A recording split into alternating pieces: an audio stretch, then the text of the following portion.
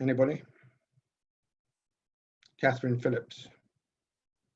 Yeah, the question around this antibody testing, and if you've already had the virus or you think you've had the virus, does that make you immune? There's just lots of mixed messages about that. Well, we don't really know yet. No one knows. Okay, I think the first people who will find out will be the Chinese, because they've had it for the longest. They've had it since December, and we haven't. No one really knows the answer to that question, but it would follow a pattern with other viruses. So the answer is, the quicker we all, as far as I'm concerned, the quicker we all, it sounds funny to say, but the quicker we all get it and get it over with, the better. It's a bit like, having a nasty virus like flu or something, Well, that was the herd immunity argument, wasn't it? But that was yes, exactly. the herd immunity argument, but that got shut down. I guess the worry is when we do all get back to normal, whenever that will be, what life will be like and how we'll avoid passing it on. Well, I think there are certain benefits to be had. I mean, I have never been in favor of kissing men. I mean, I find it really very difficult. And when you let Sephardim into a shul like ours, what can you expect? So I expect that will all go with a bit of luck. I mean, I don't want to mention anybody by name, but Michael Hatchwell probably will have to start shaving and stop doing that. So, it will change our approach to life generally in all sorts of ways, actually. I mean, I've been saying for a long time, take this for what you like, I don't think we need to travel to sign bits of paper in California. It's just a complete and utter waste of time.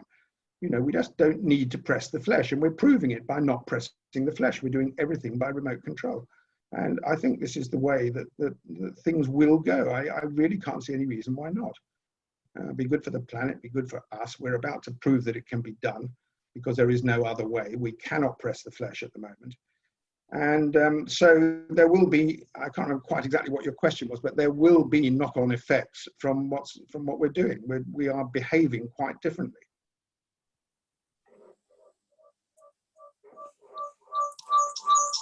Barry Carmel. Yeah, Brian, if somebody has mild condition, thinks they've had coronavirus, but not sure. Yeah. They live on their own. Yep. It appears that they only have to do 7 days quarantine. Right, let me explain the theory of this to you. And I'm going to enlarge it slightly because, can you see this piece of paper? Right. Every patient has, is it upside down or is it the right way up? Right way. Right. Every patient will have an incubation period of between 5 and 7 days. Yes? Once you've got the symptoms, you're past the incubation period. And we know the whole thing only lasts for 14 days. So that patient, from the onset of his symptoms, really only needs 7 days to recover. Got it? That's item number one. Item number two is this, that if someone in his household comes into contact with him once he is symptomatic, that patient has got 5 to 7 days in order to incubate and then 7 days to get over it. And hence the reason why, if you have been in contact with someone who's got the virus, either in your house or otherwise, you need 14 days. Is that clear, or shall I go through that again? The person who has got symptoms has had an incubation period. So he's only got 7 days to run, providing he doesn't sort of get really ill in the process, yes? But anyone who's been in contact with him after he becomes symptomatic needs 14 days. Okay, yeah.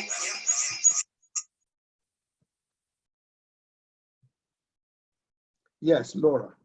So it seems quite random who gets this disease badly. I mean, obviously there's the high risk groups, there's the people with the underlying conditions, there's older people, but there are also younger people getting it too without any underlying conditions, and they get it really badly in their intensive care. There's a sort of randomness to it. I suppose that's something we don't understand yet. Yeah, you're right. I mean, there is rather a randomness to it. There are, I mean, the statistics are that the people who get it, generally speaking, are over 60. The ones who get it badly and finish up in intensive care units are the older age group, but we've just had our first death, not here, but elsewhere, in an 18-year-old. Conversely, babies don't get it. It's quite interesting, actually. Babies don't get it. And the only case I know of a baby who having got it, and I'm not sure whether the baby died or not, was actually born of a mother who had the illness, although it was regarded as not vertical transmission, that is not transplacental. Now, I don't know quite how that was established and the precise theory behind it, but generally, I mean, someone phoned me yesterday actually to say, look, she's one of you will recognize this actually, that she's pregnant, she wants to give birth somewhere safe, she's not ill, what should she do? And the answer is her baby will be safe providing she's not ill. That doesn't necessarily apply to her, but it does apply to the baby. Sorry, is that really unusual when it comes to these diseases? I don't know. I don't know what you mean by these diseases. There's a bunch of... Or sort of a flu type virus. Sorry, viruses, I should say. Is it unusual for babies and children to be more or less immune to it? Yes, they tend to be protected by these things, from these things. But whether this is, you know, because of what do you call it? The first milk. I've forgotten the name of it now. It's a long time since I did obstetrics. But anyway. Colostrum, yes. Whether it's because of antibodies coming across in colostrum or not, I don't know. But I don't think that's the case with babies who are exposed to this disease. They just don't get it. And don't forget, there are lots of households with babies in them, with people who've got the illness and who haven't got ill. So that's all I know, really. Thank you. It's a good question. You know, this illness is going to provide research material for decades to come. Decades. Brian? Yes, sir. David here. Brian, where are you? There you are, yes. Obviously in this time, and particularly thinking about community, there are lots of us all sitting in our own little houses around from each other. Many of us have been, as it were, locked down for several days and not gone out. Yep. Is it, with Pesach coming in about 10 days' time, is it at all possible or advisable for, I mean, for example, we have 4 doors away from us a woman who is elderly, always on her own, always spends Seder night with us. She's on her own. She's been locked down for 10 days. We would have been locked down for 2 weeks, and her too. Would it be totally imprudent? Invite her for Seder. I would. Yes. Yeah. You know, I mean, how careful can you be? You know, you've both had quarantine. Right. Okay. If we're all, if we are quarantined and we don't do it in large groups, is it advisable for us to be? I think mental health is also an important thing, and people are completely on their own are really vulnerable. I agree. I think in the circumstances you described, the risk to any of you is zilch. Lovely. Okay. Very helpful. Thank you very much, Brian. Linda, you're smiling. What have I said? That's can't hear you. You're muted, which is a change. I'm so glad that she can come for Seder. That's all. That's why I was smiling. That okay. She can go to David and Francis. Okay. Anybody else got any burning issues? Yeah. Who am I looking at? Izzy. Izzy, yes. Hi, Izzy. How are you? One of my neighbours has been isolating himself. We think he's had the virus. We found out 2 days ago or a day ago. He had a dog which he couldn't walk. One of the neighbours was helping. So we volunteered. Why did he isolate himself? Well, just because he's over 70? No, he's a young guy, late 40s, coughing badly. I see. Isolated himself. So we went to help, but stayed away from the door. The dog came out and just took the dog for a walk, brought him back, didn't go anywhere near him, just made sure the dog went into his house and said bye-bye. Who put the lead on the dog? He did. We used a pair of gloves. Right. Not to touch it. Good. Okay, you did the right thing. That was good. Back washed and bye-bye. Yeah, no, you did. That's fine. Is that okay? That's fine. Yeah, yes, I'm sure it's okay. I mean, the thing is, you know, you've got to inject a modicum of common sense into all this. I know it's scary stuff. But actually, it's really about personal hygiene and keeping your distance. That's what the whole thing is about.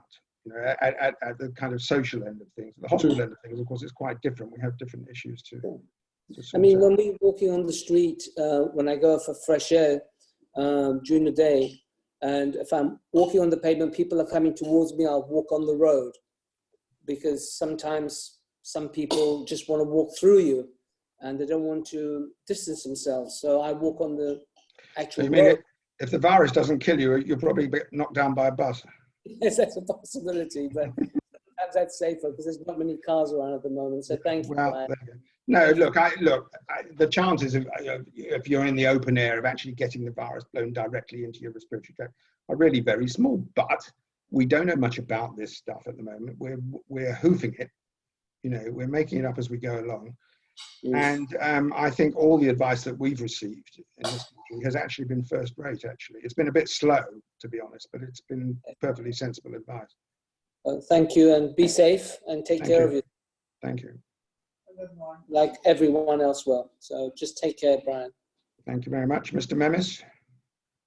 Brian, I have, if I may, I have two questions. If you have a flu, but another flu, but you recovered, and does it make you more vulnerable now to be infected by COVID-wise, or it makes you more stronger from the immune system perspective? Neither. The flu virus is a completely different virus with different antibodies, different immune reaction, and all the rest of it. It has no relevance to this illness. One more question. If the weather gets kind of better, like warmer or hotter, does it kind of make any difference on this virus? Well, everybody thinks that it does, actually. The smart money is on the thing settling down as the weather warms up, like flu tends to go away when it warms up. But, you know, time will tell. Brian, going back to David Turner's question. Yeah. Will one need to maintain the 2 meter distance between each other if they've been in quarantine and they're getting together for Seder? Does that distance still count? No, I mean, because none of them have got the disease. I mean, you know, I suppose as a counsel of absolute perfection, you could argue that, but it doesn't really make any sense under the circumstances. That's why I say one has to use common sense in these circumstances. They both had quarantine and an incubation period. They have not got the illness, full stop. You know, now, you can't necessarily say that if they had been into contact with other people, because there is this concept of the symptomless carrier. So if the elderly lady had been visited by lots of friendly yeshiva bochers who wanted to do her good, then I wouldn't say the same thing at all. But if she's been living very simply by herself and has really self-isolated, then there really is no risk. Not that I'm casting any aspersions on yeshiva bochers particularly. Can I just follow up to that? Because we're being pretty careful, but obviously we are going to shops. So there are those moments when you're nearer to people. So although we'll have done the 14 days since Adrian was at work, we can't absolutely say that we're totally sure. Is that right, or is that too paranoid? No, you can't be totally sure. I mean, you can't be totally sure. Nothing in life is 100%. You know, you go to a shop, it is possible. But if you maintain sensible precautions, you have minimized your chances of getting an infection. And that's the best you can do, really. You can't live without food. You know, you can't live without someone fixing the plumbing if necessary. You know what I mean? So one has to, you know, just be sensible about these things. You know, if the plumber has to come, then he has to, you know, be from a company that is aware of the situation. He has to wear rubber gloves. You have to disinfect the place when he comes. Disinfectants are very good, by the way, although you should leave them wet for a few minutes. And then you disinfect it again when he goes. And if you want to, leave the house while he's doing it, if you've got your silver away somewhere safe. I was more thinking about the point at which you can say, okay, I know I haven't got it. I can now meet somebody else who has similarly more or less quarantined, but still gone shopping. But it sounds as though you can never be absolutely sure about that. That's right. I mean, you know, it's all. But if you were with that person and you chose to maintain 2 meter distance, my feeling is that you you've done all that's necessary. Barry, what are you doing?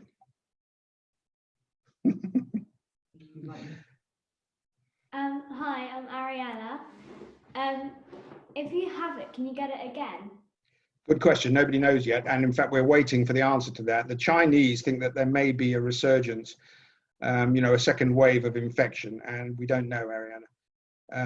Only time will tell. Now, of course, with other infections, it depends on the infection whether you can get it. Again, the common cold you most certainly can. Measles you can't, and don't. By the way, who knows what is the most infectious viral disease in the world? Anybody know? Measles. Absolutely right. It's measles. The R0 number. Do you know the concept of the R0 number? The R0 number is the number of individuals who are likely to be affected statistically by any index case, i.e., if I've got it, how many people will I give it to? Okay. The number for this illness is somewhere between 1 and 4. The number for influenza is somewhere between 2 and 3, maybe slightly less. And the number for measles is 12 to 18. Staggering. Staggering. So, horses for courses. Sorry, I know I've already asked a question, but I'm just interested in terms of what access to information you are actually getting and around at the hospital. Well, I've signed on to a thing called gov.uk. something or other. I can tell you exactly if you want to know, but I wouldn't recommend it because I'm talking about which countries are the most useful in terms of ahead. I mean, one of the better word, where we are in terms of getting the question is not really appropriate. You have to follow the advice given in your own country, really. And not only that, you may be penalized for not doing it sooner or later. I mean, the government got very cross when everybody pitched up on the beach because it was a nice day. And they were talking about policing that kind of thing. And I think you really need to stick to the advice you're given in your own country because it is conceivable that legal consequences may follow.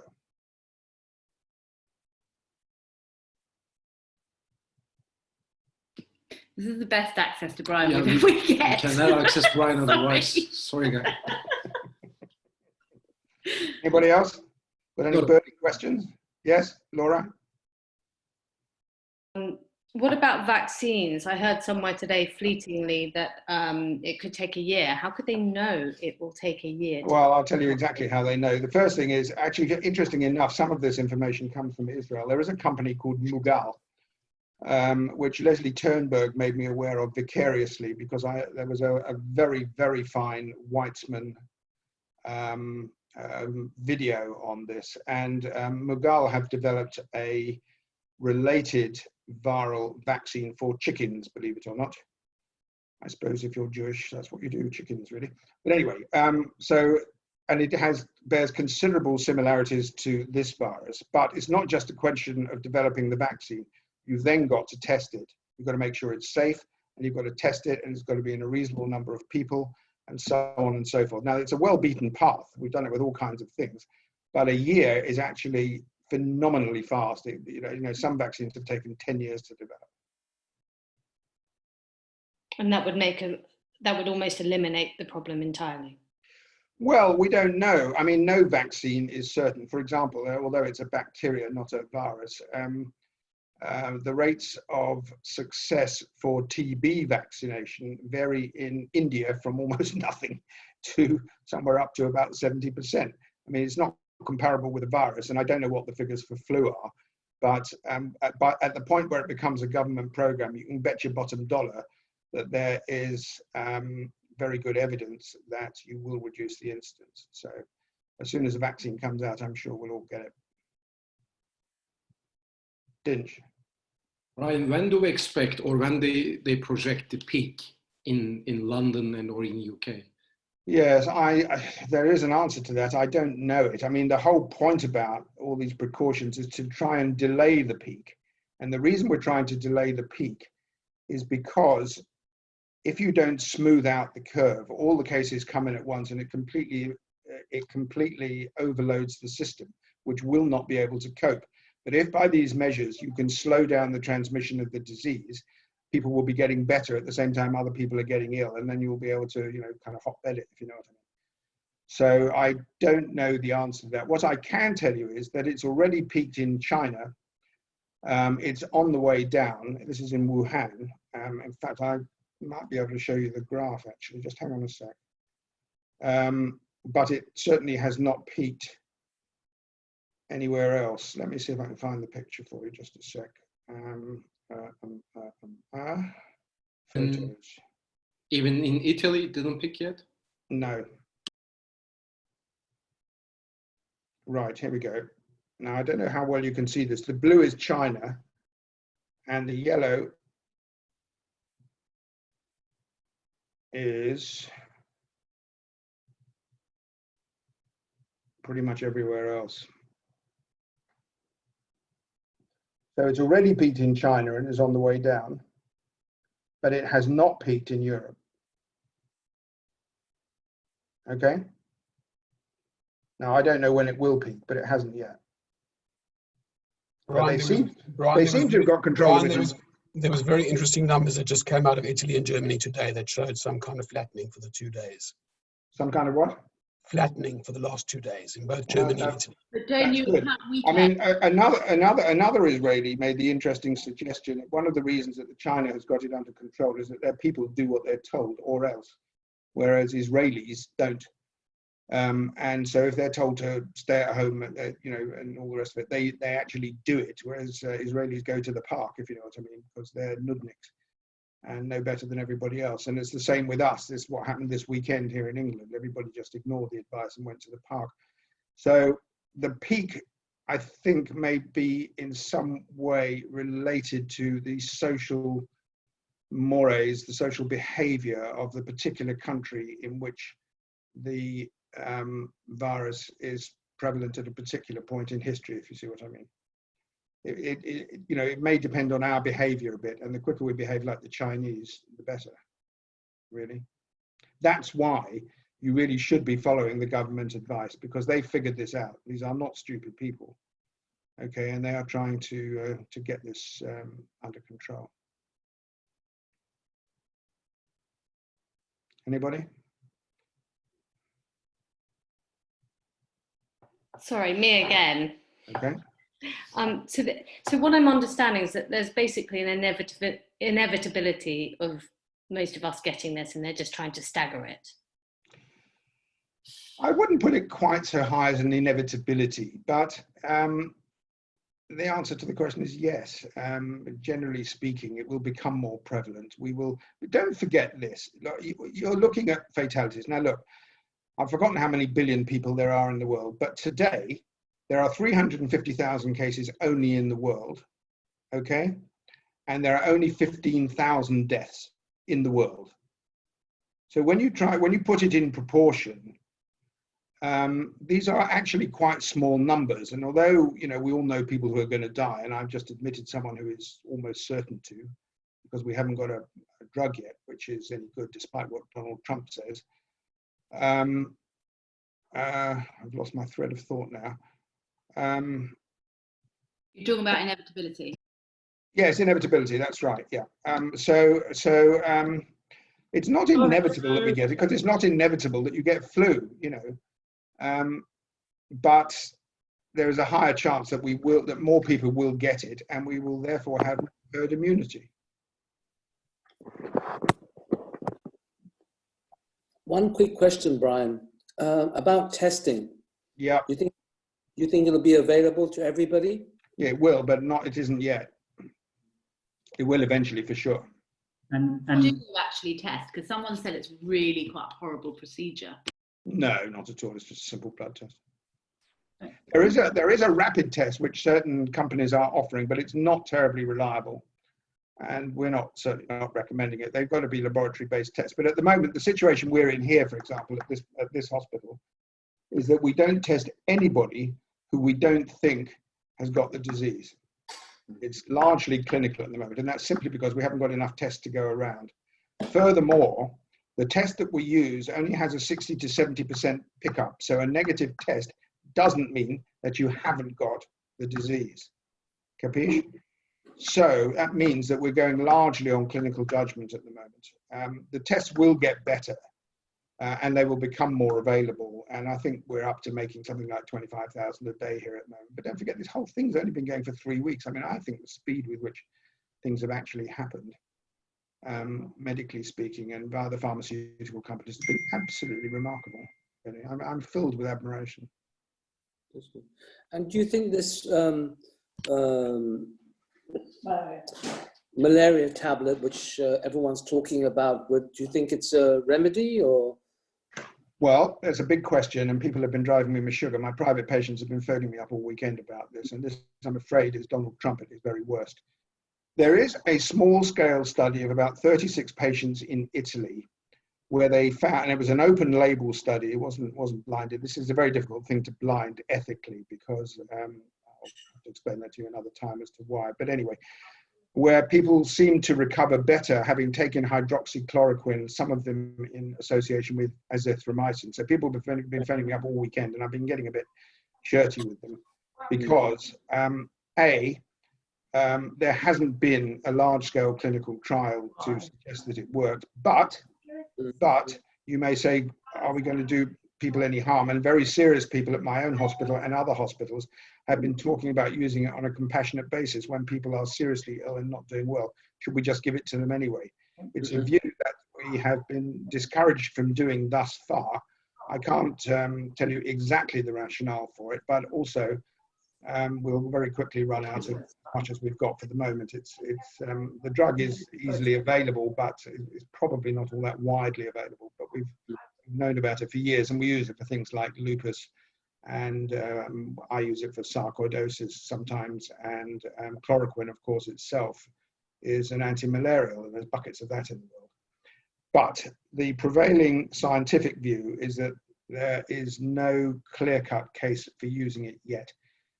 The Chinese have got some in vitro, that means in the test tube data, which shows that it has a virucidal effect, but again, it is not established as a treatment yet. I can assure you that as soon as we get a treatment that seems to work, we'll all know about it very quickly. Thank you, Ryan. Thank you. I think you've answered a lot of people's questions tonight, and thank you on behalf of all of us. Pleasure. Brian, sorry, I may have missed it at the beginning. Which hospital are you at? The North Middlesex, which is at the top of the North Circular. Sunny Tottenham.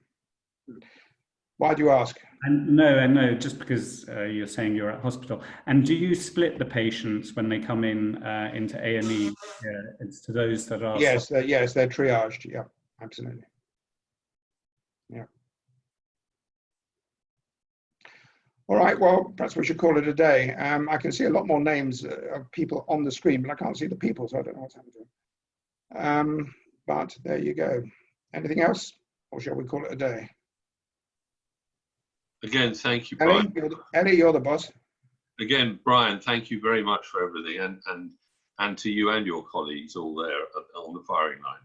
Are you, just out of interest, are you getting sufficient defensive clothing and other things like that, which you know, that if you read the news or you listen to politicians? Yeah. Well, you're right. I mean, the truth is, I'm not really sure, because I haven't been working on the intensive care unit.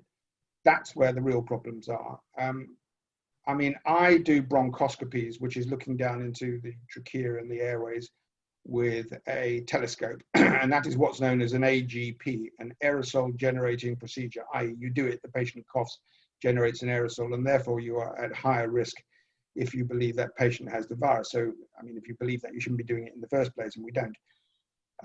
So for that, we wear special visors and wraparound aprons and stuff, and you know, the risk actually is minimal, and we seem to have plenty of that. But what I don't know is how much stuff the ITU staff have got available.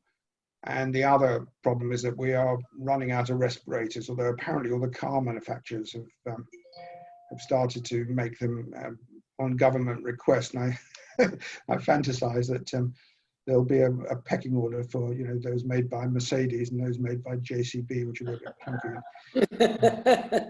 I want a Mercedes. Formula One evidently is maybe. Yeah, well, maybe Formula One. Yeah, that'll be a Ferrari.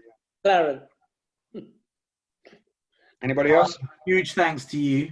Okay. Thank you everyone for participating, and thank you to the wonderful team of doctors who have been, they're members of the Shul, very dear friends, long-standing members. Thank you to all of you who have been advising us. Brian, you've been one of the front lines with us at the Shul as well. And if this is of interest, because things are developing so rapidly, we could run a series of these conversations. Yeah, I'm happy to bring you up to date on a weekly basis. I mean, the fact is that we are having updates on a daily basis. It is absolutely extraordinary. Would that be of interest to people?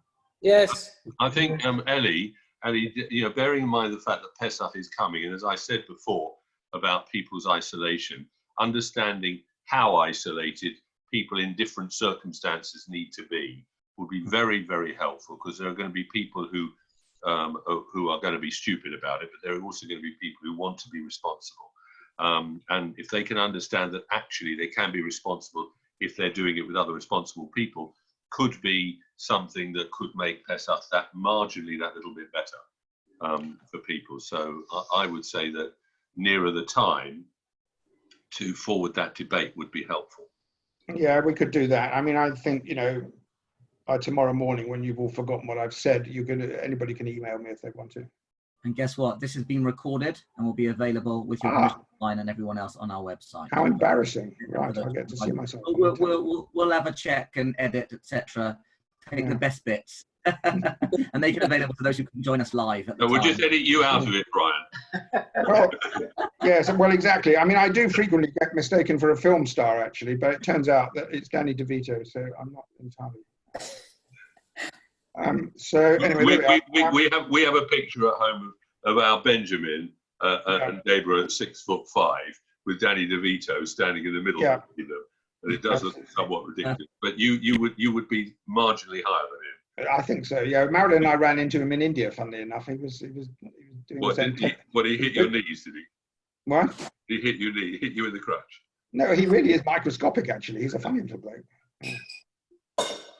Anyway, Brian, you've been very reassuring. Nice to see you all. Thanks.